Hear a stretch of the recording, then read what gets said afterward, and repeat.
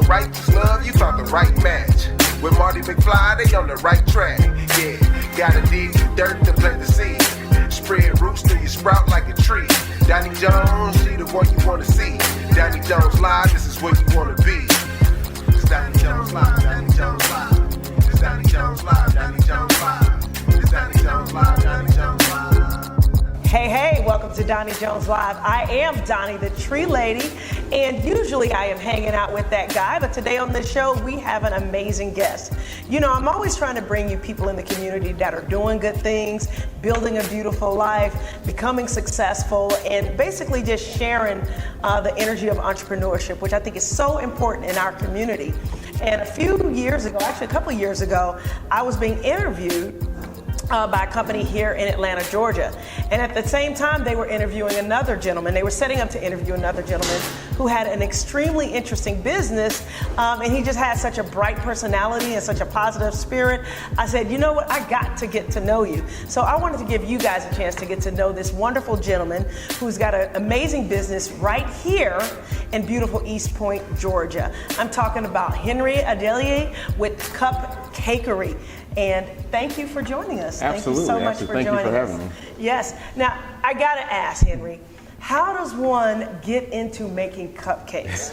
Which I shouldn't be eating any, but y'all got a gluten-free one that's good for me, so I'm happy about that. How do you do that? Funny you should ask. People ask that question so often. Yeah. So basically, my wife started experimenting with cupcakes probably around, let's say 2012, 2013. Yeah. At the time, I had a DJing company, so I was really just trying to use some of the expertise I had in business to help her start her own company. Long story short, she kind of fell out of fell out of love with the cupcake business. So it kind of just fizzled out for a couple of years.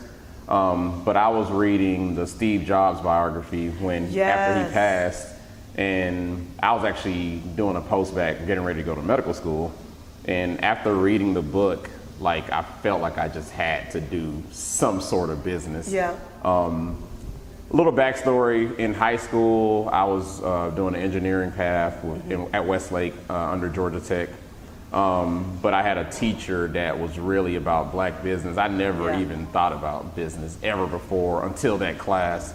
So by the end of the class, I wanted to start a business, and I actually wanted to open a McDonald's franchise. So I kind of changed my path from engineering, and I was going to go to this pharmacy program at UGA. Because I felt like I could get the money to open a franchise faster doing that route. So in my mind, I always had, or from that time, I had like a sense that I wanted to open some sort of food business. company. Okay. So did you originally have I know it sounds like you got a peak. Your interest was peaked in being entrepreneurship, but your wife was the one that kind of led you down the avenue for cupcakes. Correct.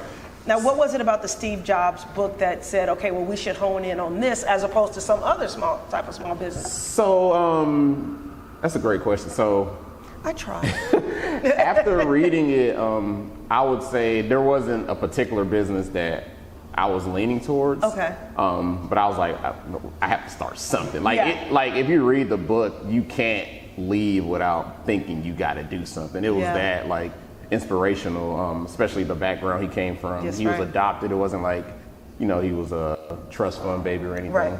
And I think people mistake that. They really do. We're going to talk a little bit more about your background because I think it's so intriguing, but it's also kind of the blueprint for why people from various backgrounds come to this country and become successful, whereas people that are here are like, well, woe is me and systemic racism and all that kind of stuff, which that stuff is real. It is. But it also comes back to mindset and what you put into your mind. Absolutely. You know what I mean? Absolutely. So for you, getting into the cupcake business was more of a form of, okay, my wife kind of exposed this to me. Yes. I have this interest in business. I kind of already have a background in it because I'm assuming you helped her a bit. Yeah. So let me jump off and do this, right? That's literally, that's actually funny. Like, are you a psychic? Or but that's literally how it was. I read patterns. I see. So we were, again, like I was like, okay, so I want to start something. And then I was thinking back, this was like in 2015. I'm Yeah. like, oh, a couple years ago we were talking about this cupcake thing. Yeah. Let's try to make it happen. And then, I have an interest in entrepreneurship, entrepreneurs and like helping them Absolutely. get to where they want to be. So I wanted to do a coffee shop, because coffee shops where entrepreneurs hot, come. yeah. They, bounce ideas off each other, get a lot of work done. So we put the two ideas together, the cupcake shop with the coffee shop. So did you guys have this spot that we're in right now? By the way, I want to mention once again that we are in East Pojnt, Georgia. You're listening to Doni Jones Live. I'm here with Henry, the owner of Kupcakerie in East Pojnt.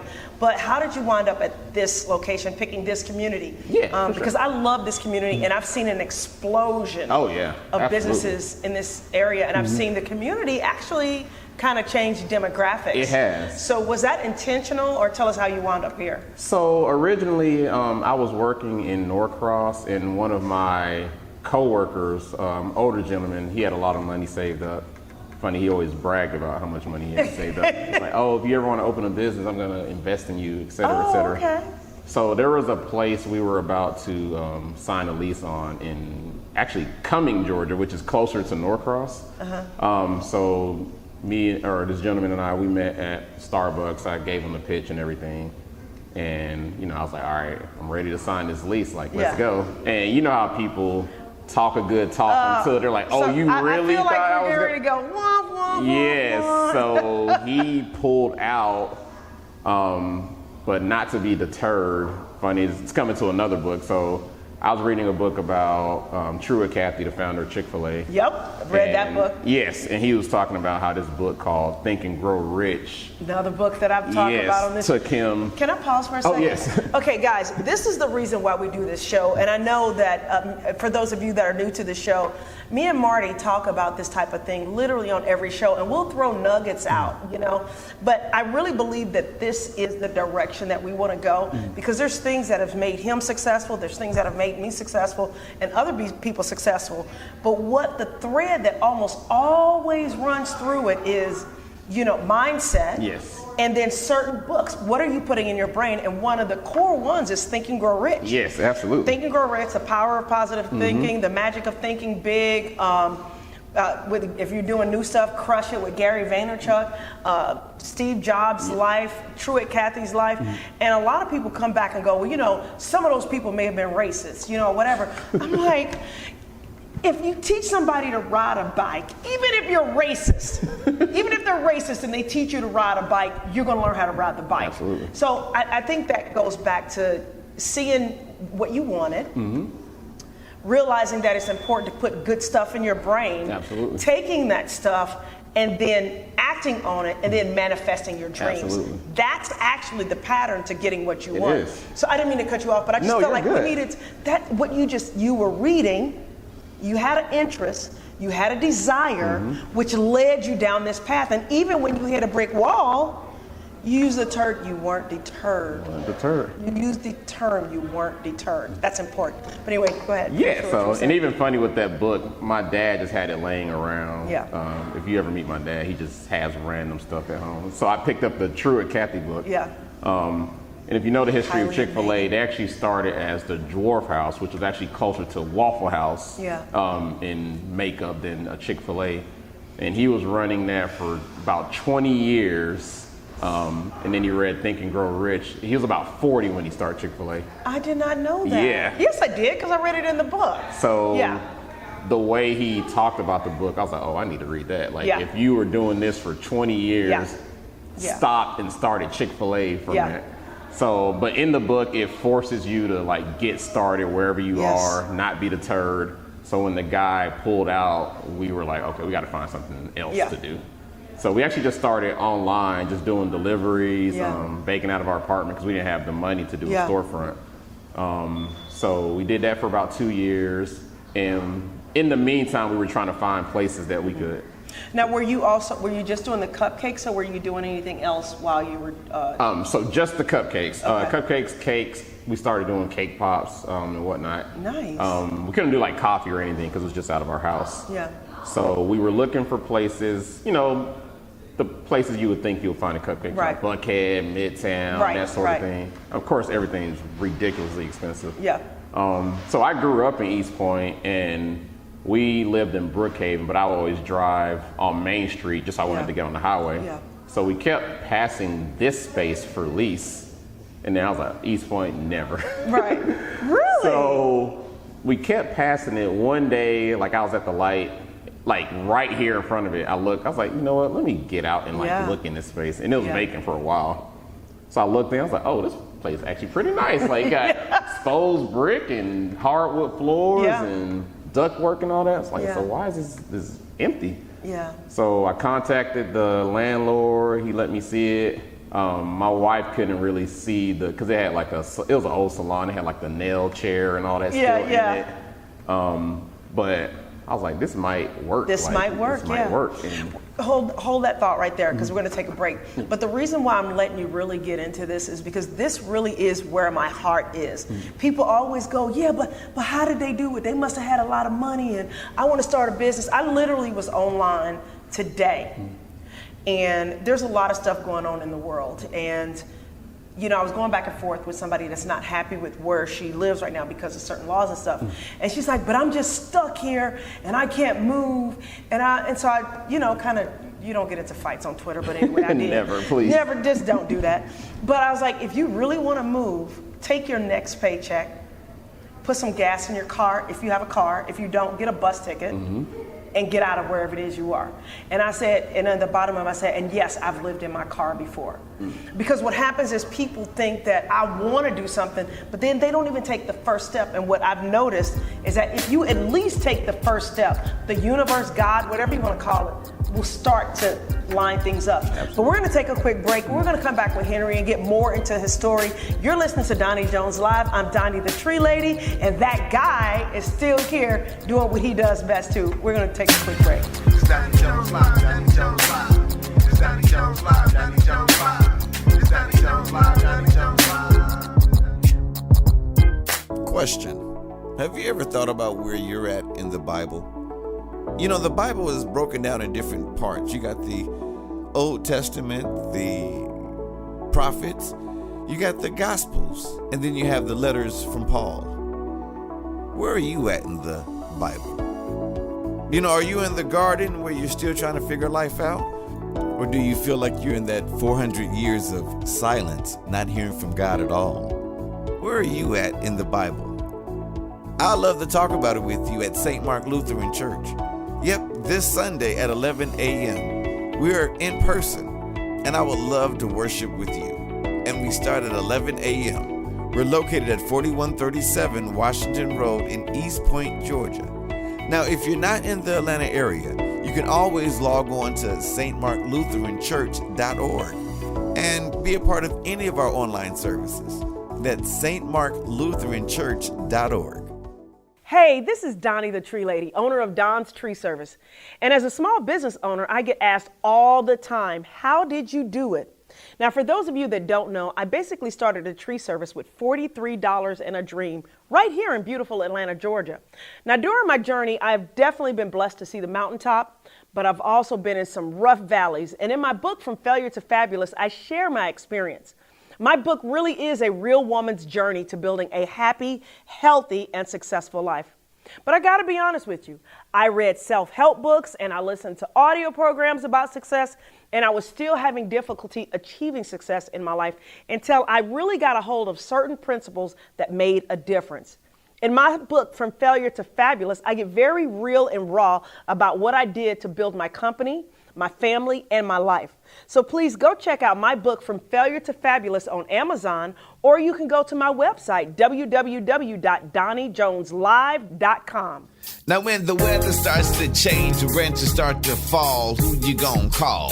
Don's Tree Service. If it's looking kinda weak and it's looking kinda bleak, who a tree specialist call? Don's Tree If Service. the trees in your yard are just too tall, who you gonna call? Don's Tree Service. Hey everybody, it's me, Wanda Smith, and I'm here with some great information. I don't know if you know, but it's hurricane season, and it's a great time for you to think about having trees removed before one falls on your home. That's something you don't want to happen. Listen, I called Don's Tree Service. On a Monday, they were here in just a few days. The price was right, the staff was right, and I'm happy with everything they've done. So hey, if I were you, I would sit down with my family and talk about having trees removed before the hurricane comes and hit your home. If you want more information about your trees, call Don's Tree Service, 770-413-8733. That's 770-413-TREE. It's Doni Jones Live, Doni Jones Live. It's Doni Jones Live, Doni Jones Live. It's Doni Jones Live, Doni Jones Live. Welcome back to Doni Jones Live. I am Doni the Tree Lady, and I am hanging out with Henry of Kupcakerie. I was going to say his last name again, but I feel like I'm going to slaughter it, but it's Adeleye? Adeleye. Adeleye. I love that. Now you got to tell me, where is that from? That ain't from New York. Nah, it's from New York. It ain't from Corinth, Mississippi either. No, that's Nigerian of the Yoruba tribe. So. Awesome. Mm-hmm. Very, very beautiful people. Thank you. Very beautiful people. But we were getting into your story, and the reason why I wanted you to kind of stretch that out and talk to us about it is because you are somebody that started with a dream, a thought. You did the classic steps that a lot of entrepreneurs do. You had that thought, you had a dream, you had a little experience in a particular area, you read some books, and something went off in your head, and you was like, I need to do this, and then you started putting things into action. For sure. So you go in to get the lease, you find out you love this place. Yeah. Then what? So, ironically, there's a company in DC called And Pizza. It's very kind of trendy pizza place. So yeah. I read a few stories about how they got started, and the guy, one of the founders, was saying that a good way to get started without a lot of money is to go into an up and coming neighborhood as opposed to one that's more established. So I was like, well, maybe we should take that path. It'll be a little cheaper to get started. The rent will be, a little less, and you kind of just grow with the community, at least to get started. Well, it looks like that's what you're doing. So yeah, that's absolutely what we did. So we got the lease. My wife still wasn't convinced about it. Now, how did you do that? Because there are people that have, for example, my husband and I, we work together, and I was more of the visionary when we first started. I mean, I'm still, for the most part, the visionary. I used to be in the tree care industry. I grew up in the tree care industry, and he and I weren't even together. I just went ahead and said, I want to start a tree service. I was depressed at the time, didn't want to do what I was doing. I had $43 to my name, and I said, you know what, I'm starting a tree service. I don't know how, but I'm going to. And God kind of lined it up to where things kind of fell into place. But as our company started growing, after I fell in love, there would be a lot of times where I'm like, hey, I want to do this. And he's like, I don't know about that. We should think about it, or how are we going to do that? And we would have to talk, but ultimately I'd win those conversations. So, but how did that work with your relationship? So literally the same thing. And I'm glad you say that too, because a lot of times people don't realize how many, what's against them when they're starting a business. You really have to be steadfast in your conviction, because family, friends, spouses, a lot of people, and they have good intentions, because the failure rate of businesses is high. Yeah. But and you can let that deter you, and for a lot of people it will. But even when we were starting the business plan, she's like, oh, again, it's kind of like with the same guys, like, oh, you're serious, you really want to do you're this. really serious. So I actually ended up writing the business plan and all that just by myself initially. But what does she say now that you guys are on the other side of it? So yeah, now we're, it's all good and colors. In fact, I probably shouldn't even told this story because she don't want nobody to know it, but I say it for other people who are probably in the same boat. But how did you get her to see the vision? Because once again, we do like talking about relationships, we talk about faith, we talk about entrepreneurship. If you're an entrepreneur and your partner, they're your friend, your lover, your wife, your husband, how do you get them on board? Sometimes I feel like you just have to do it and let them see what the passion you have for, and also the fact that you are confident in pulling it off too. Because a lot of people don't know what you're capable of until you start doing it. So even with this lease, we argued about it. And funny enough, I had already signed it before we. Okay. So I was like, all right, now you're telling my story. Like, well, I'm just gonna do it. Yeah. Like, it don't matter. I'm just gonna do it. But I had already done it, so I was like, there's no way we can win. You can win it already. So because I already signed the lease. It's so funny because when we started, I started the company and we didn't get married, or I didn't really fall in love with my husband until I was already into the business 2 or 3 years. But once we were married and seeing how important and integral he was to helping me, we're partners. We're married. We're together, right? So there would be times where he's like, well, I know you've been talking about getting another truck. Let's think about it. Let's, And then like 2 weeks later, I was like, hey, I got something to tell you. And he's like, what? I was like, look outside. He's like, that's a nice truck. What are we doing here? I was like, I got it. So sometimes you do have to just go do it. Yeah. And then when people see you doing it, they'll fall in line. Yeah. Now, what has been some of the biggest challenges for you being an entrepreneur? So financial is always a big challenge. Staffing, especially now with everything going on with COVID and staffing shortages, pricing, those sorts of things, like things that you kind of thought you got past, like 5-6 years, but now they're back. And just strategizing for growth. What advice would you give somebody that's going through that right now? Because a lot of people have come out of COVID, and you clearly are a business that survived COVID. What advice would you give to somebody that might still be struggling in those areas? Well, one, just stay positive and be innovative. There are always ways to get around things. I know legally always. Illegally, it'll always come back to you. But I always say for any business owner, try to figure out the ways to get yourself out of the business. So one, of course, is staffing, which is easier said than done, but systems and processes. Because I feel like since we started doing that kind of pre-COVID, now when we're having to like ramp up hiring, it's easier to acclimate people faster than, or onboard people faster than in times past. But because we try to create the systems that allow anyone to work in the kitchen or to work up front and get them trained rapidly, that definitely helps. But innovation, automation. How has you're talking about innovation, you're talking about putting systems in place, but a lot of people don't really know where to start. So for me, for us as a company, I had to look at where we were having our biggest issues and go, what's a better way to do this? And part of that meant sometimes we had to slow down or step back and go through the challenges of learning a new system, learning new software. If you're talking to other entrepreneurs that might be in your space, or it might be a different industry, what advice would you give them if they are talking about putting systems in place? Because we talk about putting systems in place, but then people don't know how to jump through that hurdle. What does that look like? So you do have to slow down, especially staff that's used to doing things one way are always reluctant for you to change, even if it helps them do their jobs easier and more efficiently and faster. Preach. So I say, for instance, we got like this new automatic scooper because we were getting a lot of big orders and we didn't necessarily have the staff to just have more people. And that was probably the biggest like pulling teeth to get people to learn how to use this thing that's supposed to help them.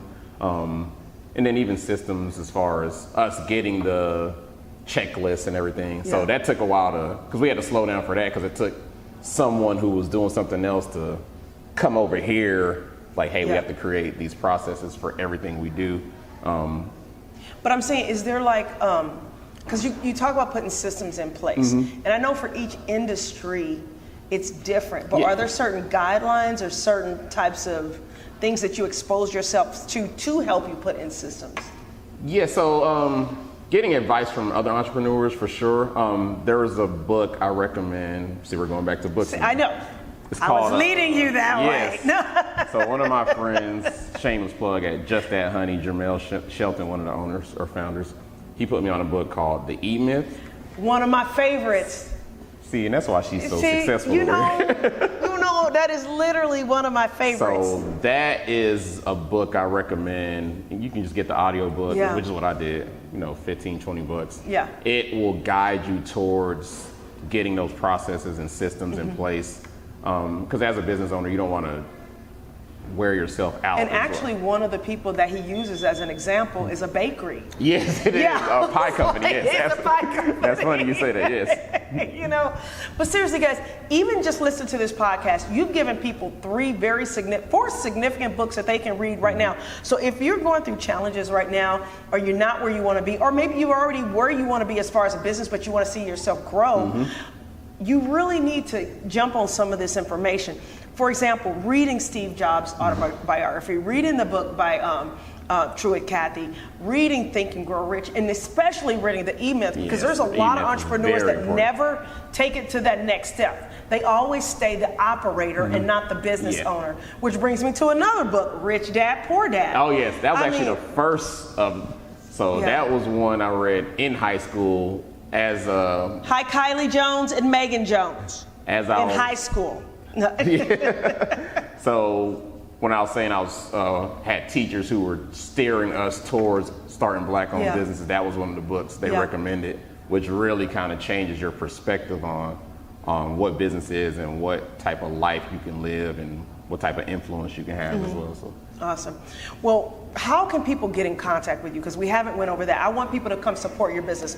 Once again, we're talking to Henry with Kupcakerie in beautiful East Pojnt, Georgia. Absolutely. Tell people where to find you online and here. So we're online at cupcakerie.com. That's Kupcakerie. You can contact us by phone, 404-975-3751. You can stop in 2781 Main Street in East Pojnt, Georgia. We're actually about to open a new location in Grant Park in about a month or so.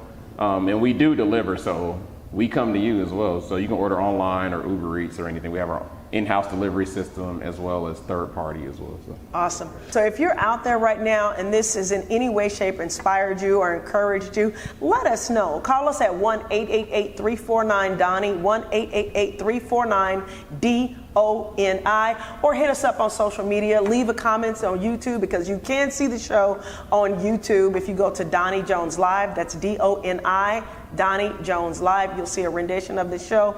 Thank you so much, Henry, for being on the show. It has been an absolute pleasure. Thank you for having me. And we do want to catch up to him at his new location. Once again, I'm Doni the Tree Lady. This is Henry with Kupcakerie in beautiful East Pojnt, Georgia.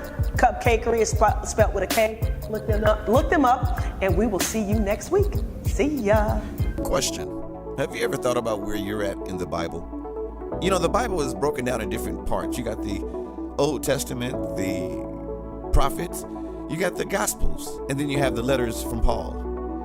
Where are you at in the Bible? You know, are you in the garden where you're still trying to figure life out? Or do you feel like you're in that 400 years of silence, not hearing from God at all? Where are you at in the Bible? I'd love to talk about it with you at St. Mark Lutheran Church. Yep, this Sunday at 11 a.m. We are in person, and I would love to worship with you. And we start at 11 a.m. We're located at 4137 Washington Road in East Pojnt, Georgia.